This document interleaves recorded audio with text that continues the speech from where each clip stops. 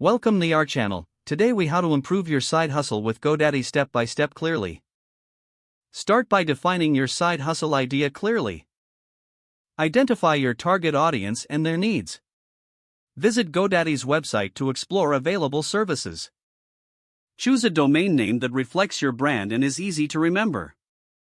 Use GoDaddy's domain name search tool to check availability. Once you find an available domain, proceed to register it.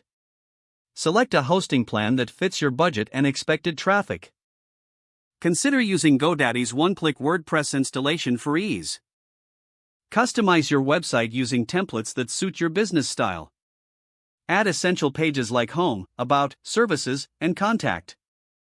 Optimize your website for search engines by incorporating relevant keywords. Connect your social media accounts to your website for better engagement. Set up an email address using your new domain for professional communication. Explore GoDaddy's marketing tools to enhance your online presence. Utilize their SEO tools to improve visibility in search engine results. Consider using GoDaddy's online store features if you plan to sell products. Monitor your website's performance through GoDaddy's analytics tools. Regularly update content to keep it fresh and relevant. Engage with your audience through blog posts or newsletters. Implement feedback mechanisms to learn more about your audience's preferences. Stay informed about GoDaddy's new features and updates to leverage them for growth.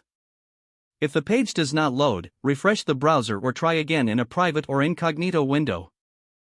Make sure you are using the correct email address, then retype it carefully to avoid small typos. If your password is not accepted, use the reset option and create a new strong password you can remember. Check your spam folder for verification or security emails, then complete any requested confirmation steps. Enable two-factor authentication if available to improve account security and reduce unauthorized access risk.